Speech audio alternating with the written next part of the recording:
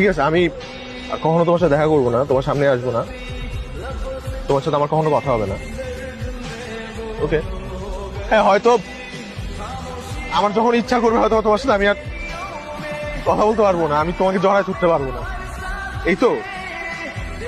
It's fine, তোমাকে ছাড়া মরে তো আর যাবো না, তাই না? তো একটা কথা বলি রুহি, আমি তোকে সত্যি ভালোবাসছি, আমি তোকে সত্যি ভালোবাসছি, পাগলের মতো ভালোবাসছি।